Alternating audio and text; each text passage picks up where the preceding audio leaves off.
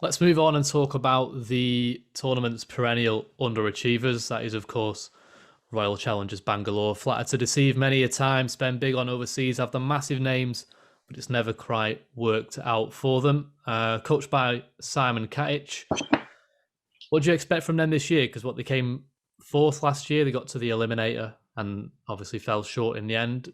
Interesting business this year. They spent massive at the auction as well on a couple of players. Yeah. I think that they could be another team who have a fair chance of qualifying, actually. If they pick well and Kohli has greater boundary hitting intent and opens, I think that they could be one of the teams who are there or thereabouts in the top four, maybe third or fourth again. Problem for them last year was that they had the lowest tournament boundary percentage by some distance at about 14%. And they also had the player who had the lowest boundary percent out of any batter who faced 150 balls, and that was a minimum of 150 balls, and that was Kohli. So we can clickbait that. That's fine. So they didn't take enough risks in the power play and the middle overs. They struck at just 116 as a team in overs 7 to 15, which is really quite poor.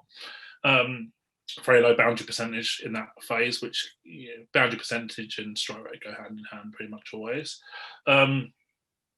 So they need to address those issues. Kohli opening would be a start. And, a top six of, say, Kohli, Padikkal, Allen, De Villiers, Maxwell, Azharuddin would be potential fireworks. Back round Kohli, 5 hitters, problem solved.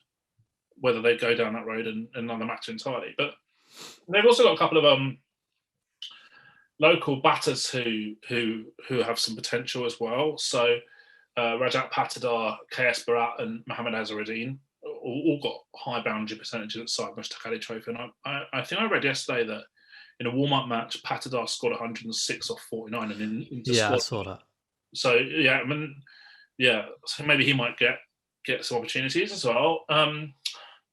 So I quite like the fact that they've looked to find a couple of local batters cheap who can hit and hit and hit, which I think they probably need to structure up that way. So that's good. That's good too.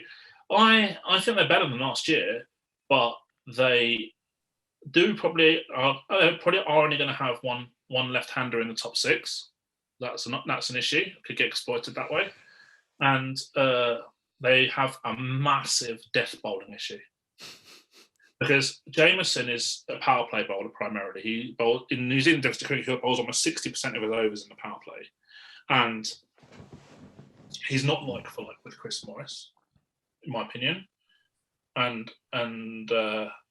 I'm not overly enthused by the local death bowlers. Daniel Sams has been announced as now with COVID, and his death numbers aren't great anyway. Particularly given the fact that he's playing in a lower standard competition with big boundary venues a lot of the time as well. So you'd expect his death economy to rise even more in a higher quality comp like the IPL. Still kind of have that bias towards a Galactico approach now. They've spent over 50% of their budget on 3 players, which kind of tells you a lot in that respect. And again, they have that model that has spent more money on overseas than locals, which kind of, to me, makes not a lot of sense. But their recruiting does seem to have some logic towards it in terms of looking to pick up some hitters. Finn Allen is someone that we mentioned earlier in the pod that I like, and we'll keep an eye for a long time. And if they could have sorted the death bowler issue out, they could have been really quite good this year. Whether that hurdle is going to be too much for them is another matter entirely. But yeah, they could do okay. But I've got that big question mark over the death bowlers. Yeah, I guess the recipe for success for them is score big and hope you score bigger than the other side, because those death overs do have the potential to be regularly 60 from the last 4 sort of thing. When you're looking at Jameson having to probably bowl 1, you've got Siraj who's probably going to have to bowl 1, and you're relying on, I guess, Navdeep Saini for 2. Yeah. It definitely throws a lot of question marks over that. What, Dan Christian, do you think he'll have a big role to play, or would you anticipate Finn Allen would take an overseas spot ahead of him? Yeah, it's a difficult one. So obviously, I like to see Finn play because I think you don't see players with his numbers at his age. So that's someone I'm keen. Said earlier, I'm almost like a fan of players a lot of the time rather than a fan of teams, and he's certainly a player that I want to see do well in this tournament. Yeah, or maybe they might go Kohli, Padikal, De Villiers, Maxwell, Azharuddin, Christian instead, and go that way. But even then, Christian doesn't solve the death bowling problem. So no, that's a big problem.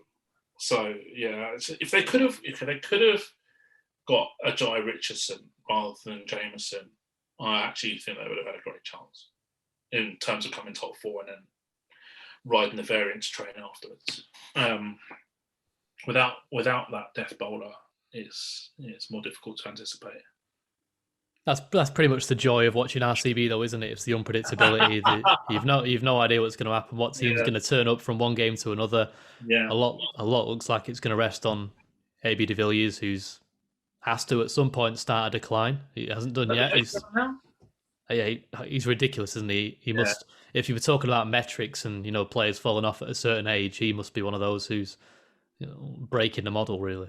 Yeah, maybe the T20 version of Darren Stevens. I don't know.